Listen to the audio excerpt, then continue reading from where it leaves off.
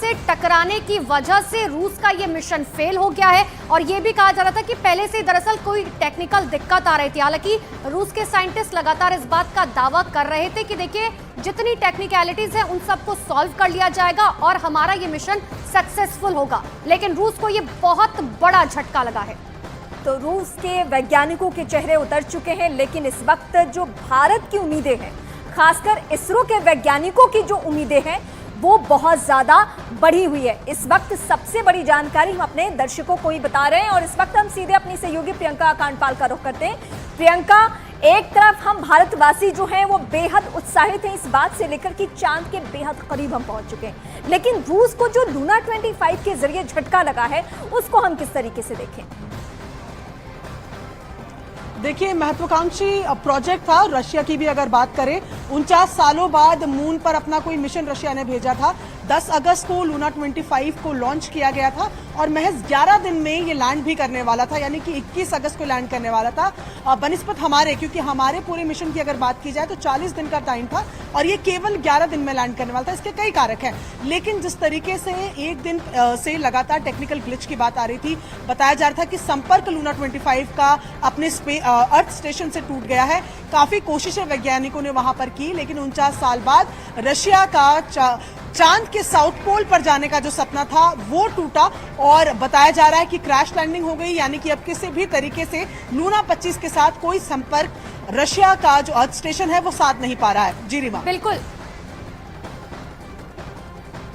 और ज्यादा बातचीत के लिए हमारे साथ के सिद्धार्थ साइंटिस्ट जो हैं वो जुड़ चुके हैं। सर, आपका बहुत बहुत स्वागत है। लेकिन सबसे पहले आपसे टेक्निकलिटी समझना चाहेंगे। कहा जा रहा है कि ऑर्बिट फेस बदलने के दौरान जो है ये क्रैश हो गया। बिल्कुल ठीक है। देखिए, स्पेस में इतने वेरिएबल्स काम करते हैं, इतने ढेर सारे, कुछ में से एक दो भी वेरिएबल होते हैं जो अगर काम नहीं कर किया या एक दो वेरिएबल आगे पीछे हो गया, हमें जानकारी भी नहीं मिल पाती है। अच्छा, दूसरी बात है कि जो अंतिम आधे घंटे का समय रहता है, 15 मिनट का समय रहता है, वो बहुत ही क्रूशियल होता है, क्योंकि उसमें जो रॉसकॉस्मोस है वो जमीन से भी नियंत्रित नहीं कर पाता। वो आर्टिफिशियल इंटेलिजेंस के द्वारा ही वहाँ पर उसके भीतर में काम कर सकता था। तो जो स्थिति हुई, वह स्थिति यह हुई कि उसे एक रास्ते पर चलना था, उस रास्ते से वो भटक गया, किसी कारण से भटक गया। इन लोगों ने उसको वापस लाने की कोशिश की, वापस लाने की लाख कोशिशों के बावजूद वह वापस नहीं ला पाए उस रास्ते पर, और वह अंततः क्या हुआ कि अंततः जिस दिशा में जाना था, जैसे जाना था वैसे चला गया और क्रैश कर गया। तो वो इस कारण से हुआ होगा कि ग्रेविटी मून के ऊपर में जो होती है, चंद्रमा के ऊपर में होती है, वो इतनी डिफरेंट होती है कि वो पता नहीं चल पाता है। दूसरा, उस स्थान पर प्लाज्मा कैसे काम कर रहा है, क्या नहीं कर रहा है, जो बहुत हॉट चीजें हैं, गर्म चीजें हैं, वो भी पता नहीं चल पाता है।